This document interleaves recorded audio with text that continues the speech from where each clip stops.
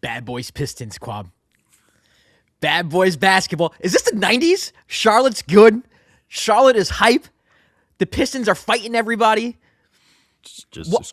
it's good basketball. It's good Loved basketball, it. man. Loved it. Amazing, Loved amazing, every minute of it. amazing. One of my favorite games of the year as an objective observer. A Yeah, fantastic game to watch agree. between two good teams. I say Charlotte's a good team. I mean, for the past 2 months, they've been a good team. I know their record might say otherwise overall, but I'd say they're a decent team now. So Yeah, great game between two good teams. Let's go to the box score. The Pistons beat the Hornets 110-104. Cade Cunningham 33, 8 and 7. Duncan Robinson 18 points.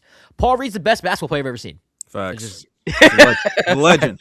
I'm People giving. post I'm just legend. giving in. I'm giving in. I'm giving in. People post legend. For the Man. Hornets. Brandon Miller had 24 points. LaMelo 24 and 4. Con Knipple, he's also a phenomenal rookie. 20 points on 5 to 10 from 3-point range. This was basically two games, right? You had the game before the fight, and the game after the fight. Yeah, Um,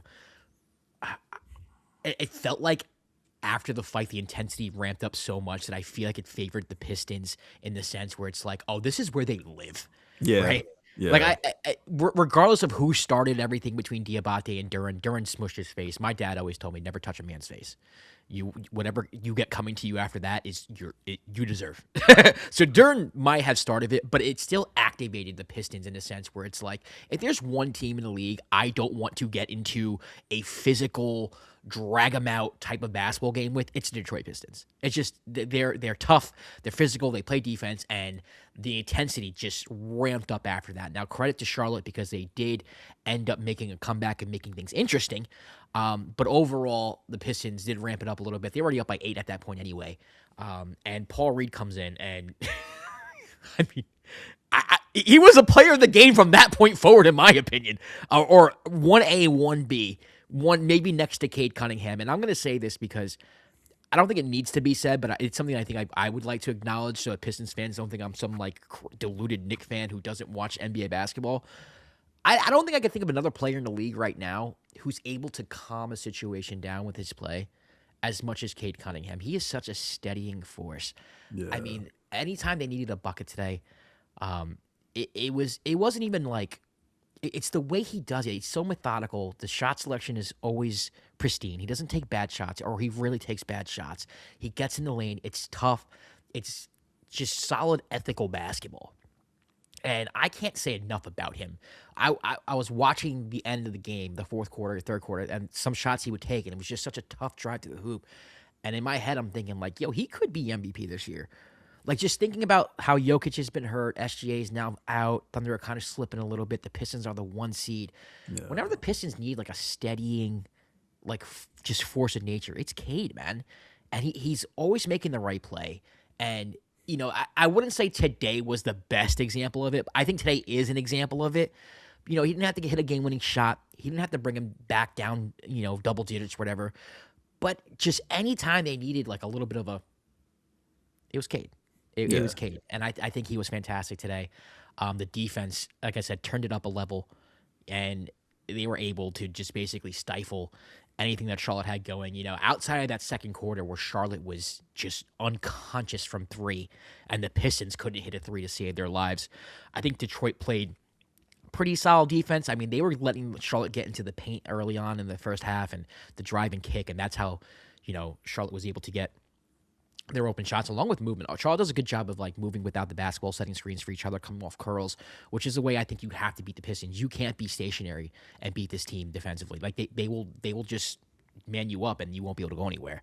And I think Charlotte did a good job of moving the basketball in the first half. The second half, at times, they were able to get out and run, swing the ball around the perimeter, and I thought Con Knipple had a great game. But Paul Reed, for me, he came in, and you don't have Isaiah Stewart and Jalen Duren, and he was the best player, in my opinion, from that point forward. But fun game to watch, man. I enjoyed this one thoroughly. yeah. It was a fun game, man. The fight was ridiculous, but to your point, man, having your point guard being calm and in control at all times is always a positive, man. And he's been the main reason why the Pistons are the number one seed in the East, have been one of the best teams in the league. Like he feels like the MVP. Like we can debate about that and how the MVP is a narrative award and all that, but the way Cade plays and especially like moments where it feels like it's tense or Like he's just always calm and control. Gets to his spots, finishes, finds his teammates. Um, he was phenomenal. I think throughout the course of the game, man. B-ball Paul. You don't get the name B-ball Paul unless you're a legend. And I just like it's just he's just nice, man. I think after when the ejections happened, I was like, it slipped my mind. I'm like, damn, no Jalen, no Isaiah. That's tough. And I'm like, oh, they got Paul Reed. They'll be fine. They got Paul Reed. They got Paul Reed, man. He's always been like this type of player where he makes an impact wherever he's been, man. For some reason he doesn't stick, but he has the ability to stretch the floor, play inside, like rebound. He does a lot of things well, and the fact that he's the third big for the Pistons shows you how deep the team is. Yeah. Um, I think Dennis Jenkins had a decent game too, coming off the bench. I was excited about this game because I wanted to see what it would look like when these teams would go to your bench because they both have these impact players that can kind of swing it either way for them. Yeah. So we always talk about when we talk about the Pistons how deep they are with Javante and Ron Holland who didn't play this game, but even with Charlotte, when you look at their team and they now come with Grant Williams, who actually feels like a Pistons player the way he plays, like in terms of his physicality, and I felt like the stretch when he was in the game in the first half, he actually helped swing it more in Charlotte's favor. Um, what you were saying before about how Charlotte plays with the movement with the ball, especially when they made the little run in the fourth quarter to kind of close out the game. A lot of it was predicated on using Knipple screen. So if the defense shaded off, he would roll. It was Yeah. different type of actions that we're using, but playing off him, and it was working out in their favor. They missed a couple of open shots. I would have kind of made the game a little tighter, closer, kind of swung it that way, man. It was a fun game to watch. Um, Again, the fight to me was funny because I don't want to see like players getting hurt, throwing punches, all that. The funny part about it to me is always imagine you're like an assistant or a security guard and you're like, hey man, stop that 6'10", 6'9" in peak condition athlete that just sees red and is ready to go. He's a bull, bro. And the, This dude's a bull. it was so like I thought Jared Jack was gonna get killed at one point. I was like, oh, they were trying to like Diabate was just he saw red, Yeah. and then Bridges was getting into it. Then you saw Isaiah Stewart. It was that part was a mess. The one thing I'll say is that I always feel bad in the sense that Isaiah Stewart is always gonna be getting this label or reputation as just this type of player that just gets Yeah. into this, and people overlook how talented he is. He's a very talented defender, very talented player, and I don't want this to be like his label as a player. Like everybody always talks about that. What was it LeBron thing? Yeah, when he was running, and now this will probably add to it. But he's way more than this. He's a very good player. He's been another important factor of this team. Like he's defensively, he's been phenomenal all year. I always want to stretch on that. But I mean, it's a good win by the Pistons. It's sad that the Hornets. This is how they lose their winning streak. But they've been surging, man. And games like this will help them grow as a young team. Games like this, there's a reason. You see why the Pistons are number one, because when they get into these type of stretches where it feels like, oh man, everything's got crazy, the sky's falling. You see the calmness and you see the veteran play by players such as Cade and such as B-ball Paul. Yeah. No, and listen, the Hornets are good. Yeah. The Hornets are good. Now, are they a contender in the East? No. Are they a team that's going to win a round in the Eastern Conference playoffs? I don't think so. But they're a team that like you're going to have to show up and play and absolutely give an A+ game to beat them. Like they're going to hit threes. They're going to move the basketball. They have 4 players who in the starting lineup who can create their own shot.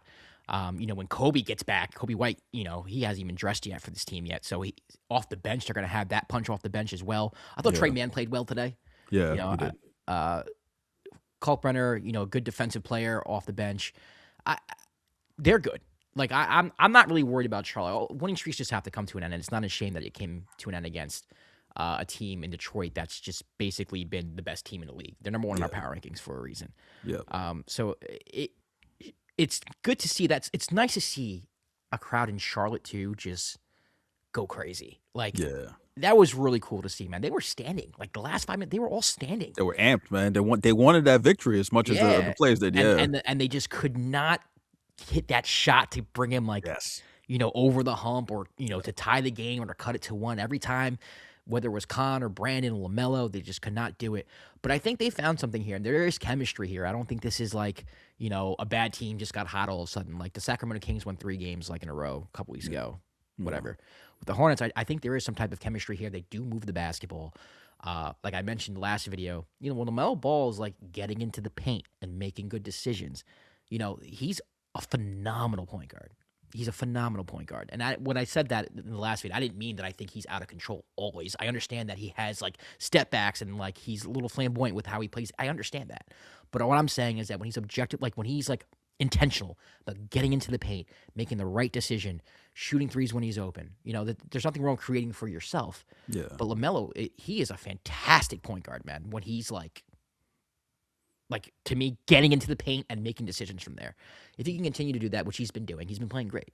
Knippel is phenomenal, dude. And Brandon Miller is one of the most underrated players in the league right now because I don't think anyone really understands that he's the leading scorer for this team and he's the driving force behind what's going on. Yeah. They're good, man. But Detroit again, like once that fight happened and like the intensity turned up, I was like, oh, Charlotte's in trouble. Yeah. They're in trouble because this is where the Pistons this is where they live. You're not gonna beat the Pistons in their own game like that. You're just not. You're not. But it was a fun game to watch, man. And Detroit's really good. They just kicked the crap out of my Knicks. They just beat the Hornets. They had a disappointing loss to the Wizards, which happens. I mean, it's the NBA. And from what our subscribers tell us, the Wizards were on one that night. They were on one, yeah. They were on one. But they rebounded nicely, man. It was a fun game. We're about to watch the Cavs Nuggets, which is another one that I'm like really excited about. We're kind of missing something about right now. But that was a great game to watch. That's my analysis. Fun game. Yeah, it was a great game to watch. I know. Earlier you said that you're not sure if the Hornets could beat someone in the around in the playoff setting. Like we always talk about that. It's dependent on matchups, man. Especially in this East, like because all these teams, like we try to like make that statement, but at the same time, we were all witnesses to. I bring it back. We're all witnesses to what Indiana did. But Indiana felt different, and I said that last year because it was kind of the similar thing. Like last year, I was like, I went to a Heat. You went to the Heat Indiana game, yeah. And you were like, and then you texted me. You Yeah, texted me. You're like, yeah. yeah. The Pacers were like 15 and 17 at that point, but I texted Kwab. I was like, the Pacers are really freaking good, bro. You're like the Pacers are really like, yo, Yeah. and you're like, it's the defense. The defense is really, really. But and I say that, and I bring that up just because when the last Hornets game we covered, what was the first thing you said? You were like, the defense is really, yeah. So. And this is forward thinking because the Hornets have a lot of ground to cover when it comes to the standings. Yeah. But you're looking at a young team that has an identity. They're figuring it out. They have the players in place. They have the chemistry. And regardless of what happens, like the future is bright on that side. Yeah. On the Pistons, again to your point, I always say again to your point because I agree with you a lot. When the game got crazy, it was like you felt like, okay, this is where the Pistons live because you have a player like Cade who's calm throughout all the stuff. You have veteran players. We talk about this all the time, and we talked about this in another recap. Tobias Harris having him as a go-to player to hit one of the most important shots of the game. Yeah, all the time, and it's not talked about. I guess you can be like, oh, he had a subpar game, whatever, but he's another veteran you can go to during clutch time where hey, I trust that guy, and that makes a difference. So Pistons are good, man. Again, there's a reason why we have them number one right now, man. They're having a great season. Yeah, and just before we close out, 2 important shots. Tobias Harris in the post late in the fourth quarter. Yep. And then after the fight, LaMelo hit a 3.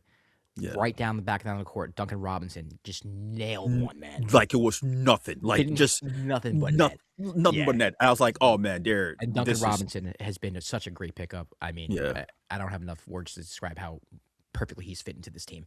Mhm. But overall, fun game to watch. The Pistons beat the Hornets 110-104. Stay tuned because Kwab and I got some catching up to do. Nuggets, Yep. Cavs. My first look at James Harden in a Cleveland Cavaliers uniform. So that should My be fun. my second. Yes. You can follow Damian Word, the Damian NBA. I'm Josh. He's Kwab. We'll see you later. Peace.